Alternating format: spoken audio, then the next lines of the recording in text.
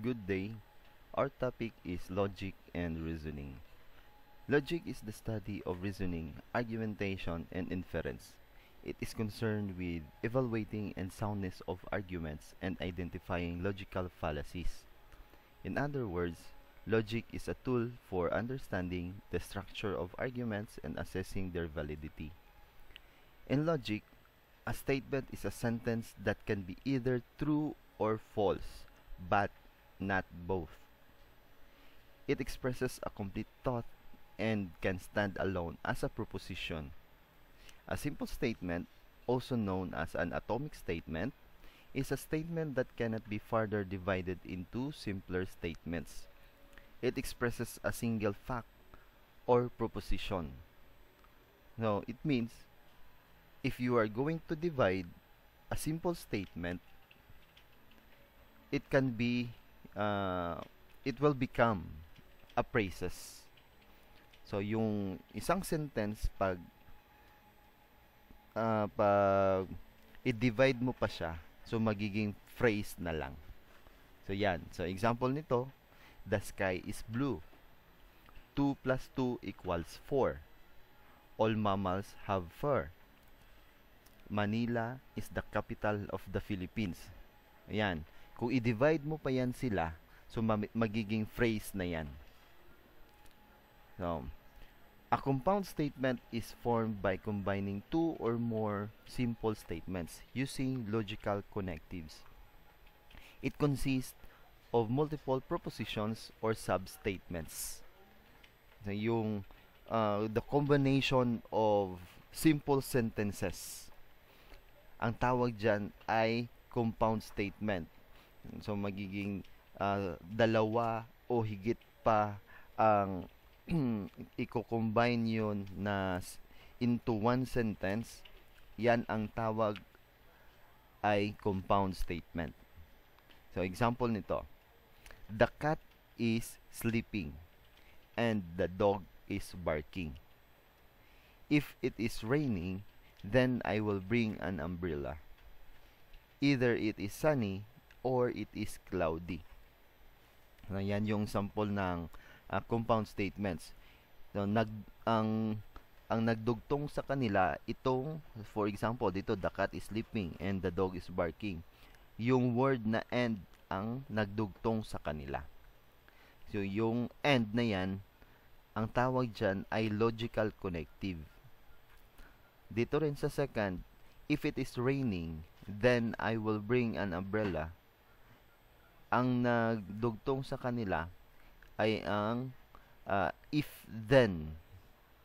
If then. So, this one is an if then statement. So, it is raining, then I will bring an umbrella.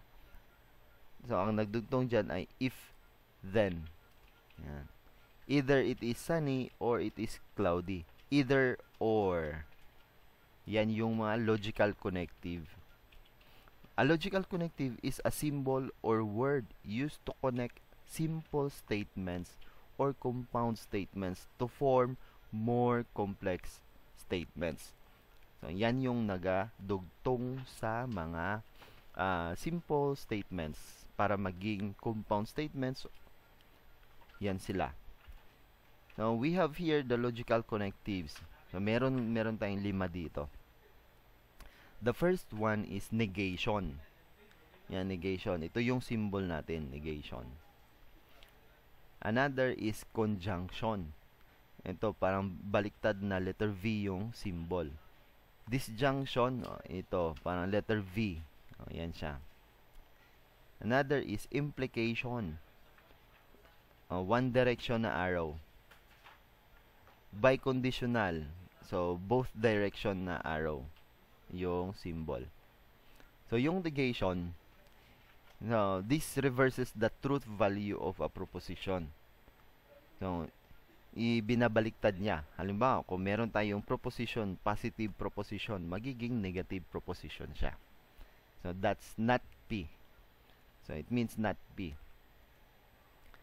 Conjunction naman combines two propositions into a single proposition that is true only if both propositions are true. No, yan siya. Ibig sabihin, pag yung dalawang proposition, the first and second propositions, magiging true siya. Yan yung value niya. So, it means P and Q ang pagbasa.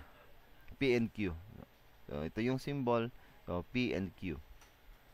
For disjunction, combines two propositions into a single proposition that is true if at least one of the propositions is true. So, kahit may isang proposition na true sa dalawang propositions or more na propositions, ang kanyang value ay true. So, this means P or Q. So, yan. P or Q ang pagbasa nitong symbol na to. For implication, connects two propositions in a way that the truth of the first proposition, the antecedent, implies the truth of the second proposition, the consequent.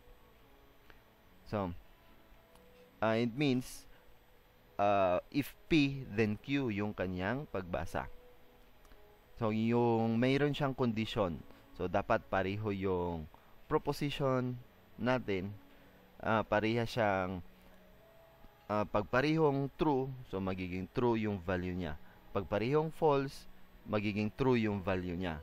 Pero pag hindi siya pareho yung kanyang value, na false yung first proposition, second naman ay true, so magiging true siya. So later, we were going to explain that one in the truth tables. For biconditional, connects two propositions in a way that they are true if and only if each other are true. So, ibig sabihin, pag pareho lang ng value, yan lang ang kinoconsider niya na true. So, P if and only if Q. So, yan yung pagbasa natin. So, let's go to examples para mas maintindihan. Simple statements. Ito yung mga symbols natin for the for our statements P, Q, R, S. For P, the cat is sleeping. Q, the dog is barking. R, the bird is chirping. And S, the mouse is hiding. Negations. Ito, mga positive statement man ito. So, yung positive propositions natin, ito. Ang negation nito, lagyan lang natin ng not. So, not P. The cat is not sleeping. Yan siya. Not Q, the dog is not barking. Not R, the bird is chirping. Not S, the mouse is not hiding. Yan siya. What if our propositions is negative? Proposition natin negative. So, ang magiging negation yan ay magiging positive siya. Tanggalin lang natin yung negative na word. So, ang not P niya, for example, ito yung proposition natin, the cat is not sleeping. Ang not P nito, not P, the cat is sleeping. So, magiging positive siya. So, baliktad lang.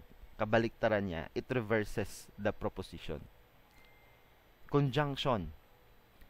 Conjunction is, meron siyang connective na end, word na end. The cat is sleeping and the dog is barking. This is the symbolic form. The bird is chirping and the mouse is hiding. Yan yung symbolic form. Disjunction. Either the cat is sleeping or the dog is barking. Ito yon. Ito yung kanyang symbolic form. P or Q. Pwede na rin siya, the cat is sleeping or the dog is barking. Same pa rin. Yan. Either the bird is chirping or the mouse is hiding. Yung symbolic form niya, ito. R or S. Implication. If the cat is sleeping, then the dog is barking. If then. If P, then Q. If the bird is chirping, then the mouse is hiding. Ito yung symbolic form natin. If R, then S. Biconditional.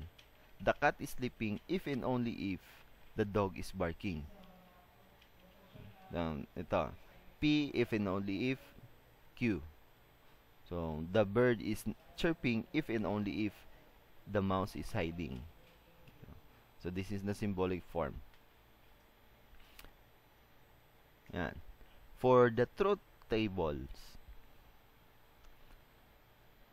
a truth table is a tabular representation used in logic to enumerate all possible combinations of truth values for a given set of propositions or variables, and to show the resulting truth value of a compound statement formed by combining these propositions using logical connectives. Each row of the truth table represents a different combination of truth values for the input propositions, and the column represents the input propositions as well as the resulting value, truth value of the compound statement. So here, let's go to our conjunction, the basic logical connectives of and their truth tables for conjunction, disjunction, negation, implication, and biconditional. Here, for conjunction natin, P and Q is true if and only if both P and Q are true. So, yan yung ating conjunction. So, it means, meron tayong dalawang propositions, P, Q. Yan. Ang kanilang given, ito given na to for the P. True, true, false, false. Pag dalawang proposition, so ang kanyang value sa P, true, true, false, false. Ang sa Q naman, true, false, true, false. So yan yung ating given values for the P and Q conjunction. Ito daw, P and Q is true if and only if both P and Q are true. Yan, dapat pareho lang siya na true para true. Yan siya. So pag hindi siya pareho, false. O pag hindi siya parehong true, false.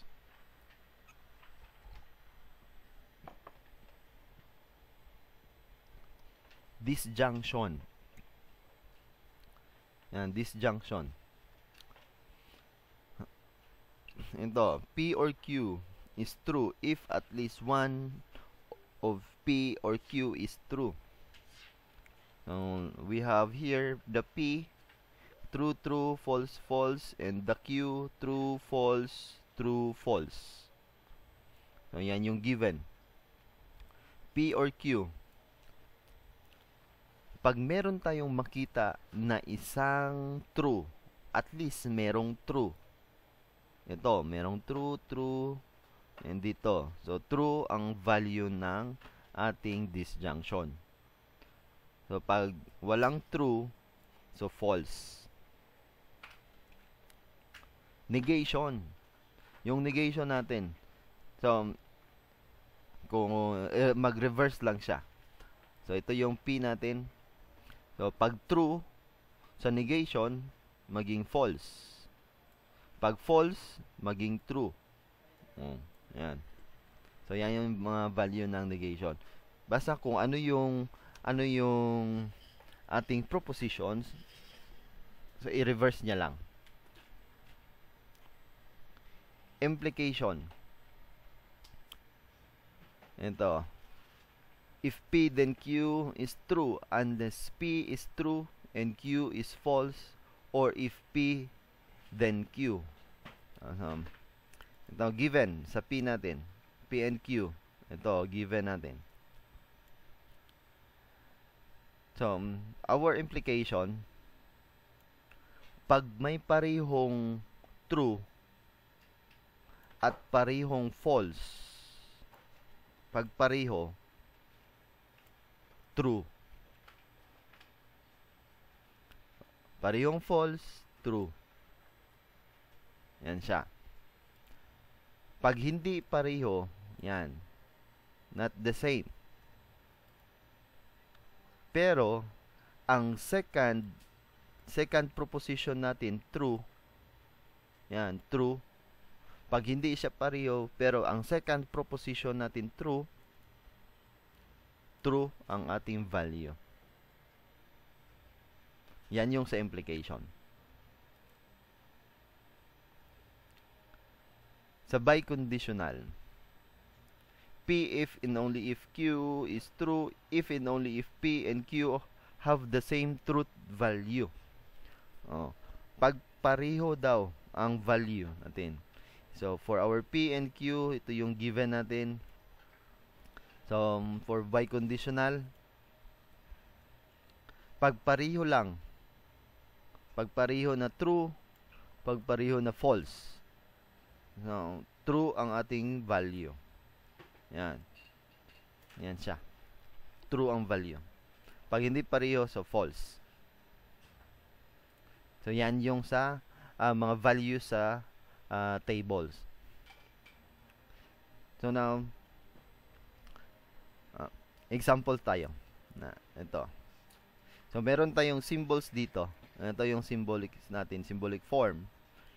So, we have here for our verbal representation.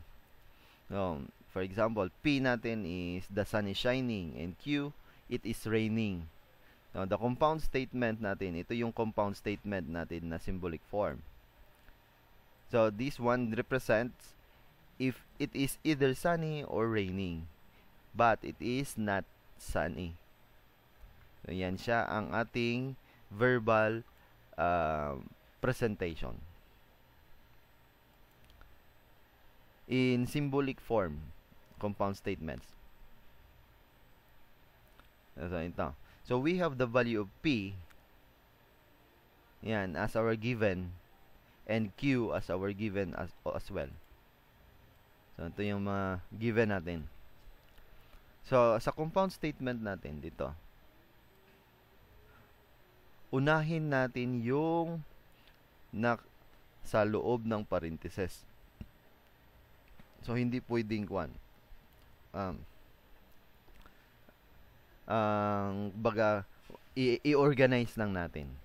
Yan siya. I-organize lang natin. Unahin natin nasa loob ng parentheses. Dito, sa first, from left to right tayo.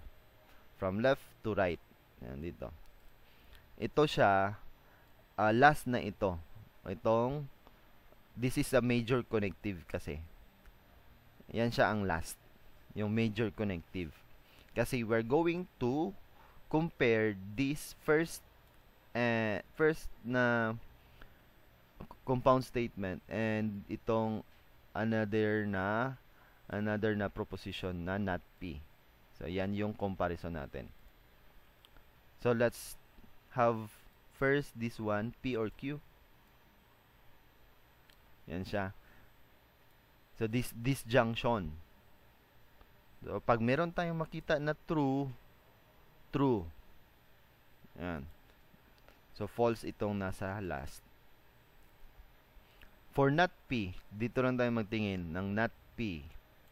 Negation.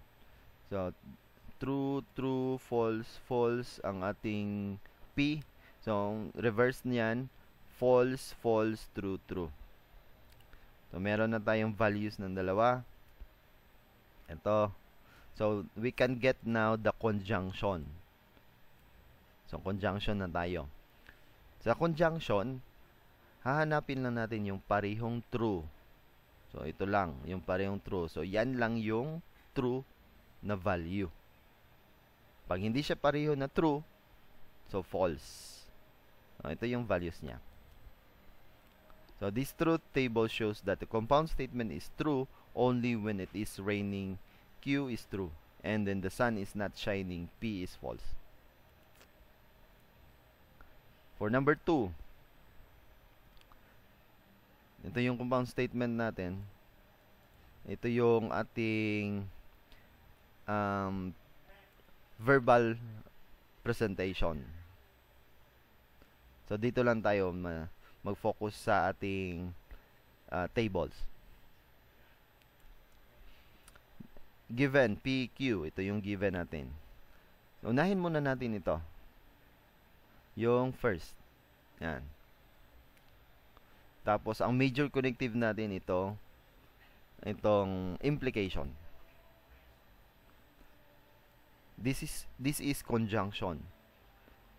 It means, hahanap lang tayo ng parehong true. So, ito lang yung parehong true. So, that's true. Ang value niya, true, false, false, false. For not P, ito, reverse lang nito. So, we have false, false, true, true. So, now, we can get the implication. So, itong dalawang to, dyan lang tayo magtingin. So, implication yan. So, ang implication, ibig sabihin, hahanap lang tayo ng pareho.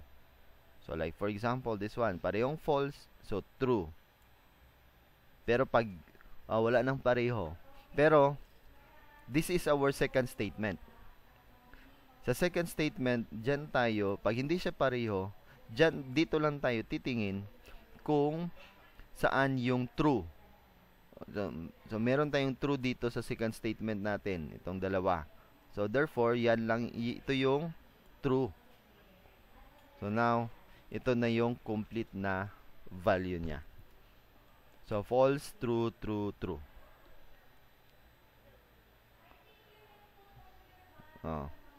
Ito, third.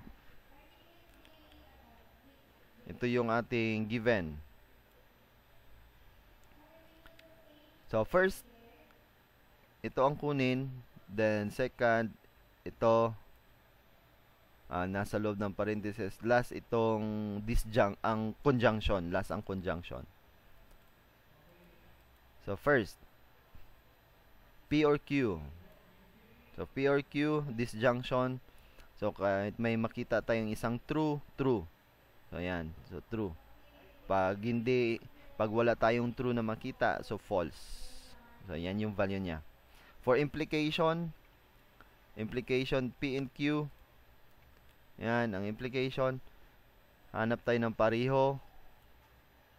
So, pareho. Yan, so, true. And true.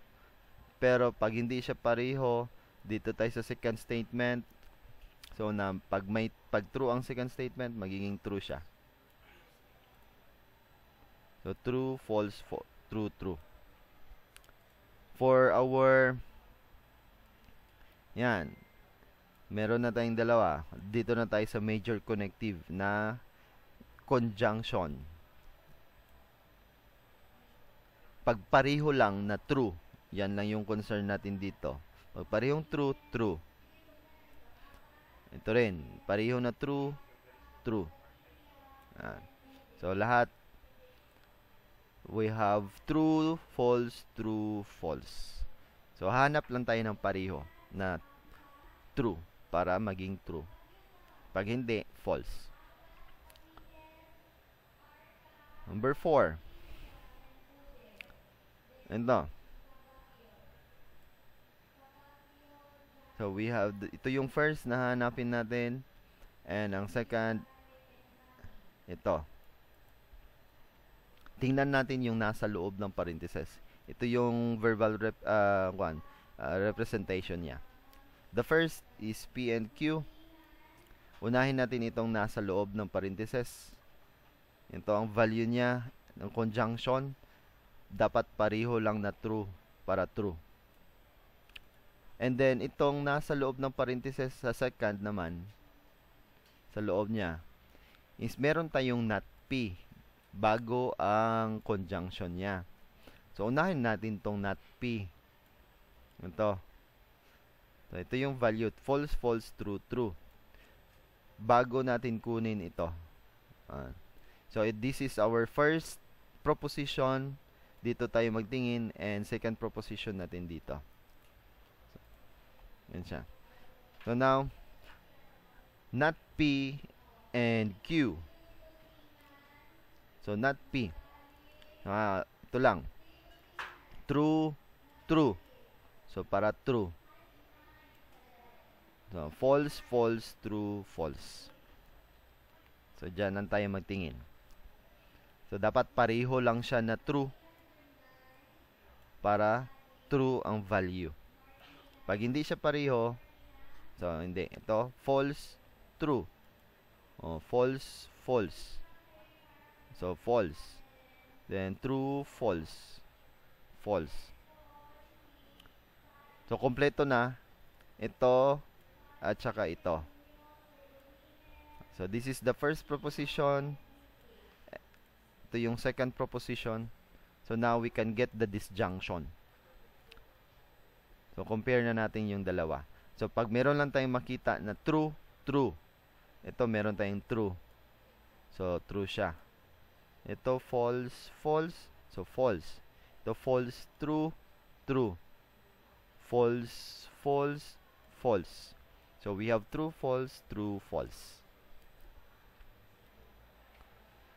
For number 5, ito ang ating compound statement. And this is the representation of the verbal representation. So, let's have here in the table. P and Q natin ito. Ito yung given. The first one is, kunin natin itong P implies Q. Yan. And second, ito, Q implies P. P implies Q. Yan. So, first, hanap tayo ng pareho. So, true. Pareho, true. Pero pag hindi pareho, pero ang second statement natin true, so true siya.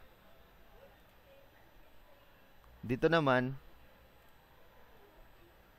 ang first natin na proposition itong Q, and second itong P. First and second tayo. Diyan lang tayo titingin. This is the first proposition, and this is the second proposition. First proposition, hanap tayo ng pareho. True, true. So, true. Ito naman, false, false, true. Ito, first proposition natin, false. Second proposition, true. So, true. First proposition, true. Second proposition, false. False. Ito na yung ating value.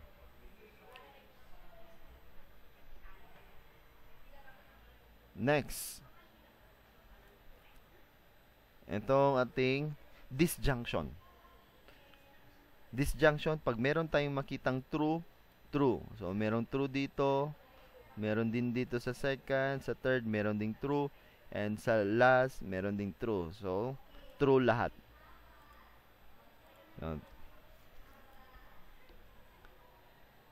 And for number 6,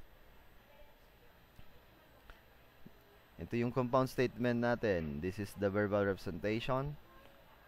First, dito tayo magtingin. Dito tayo, P and Q natin given.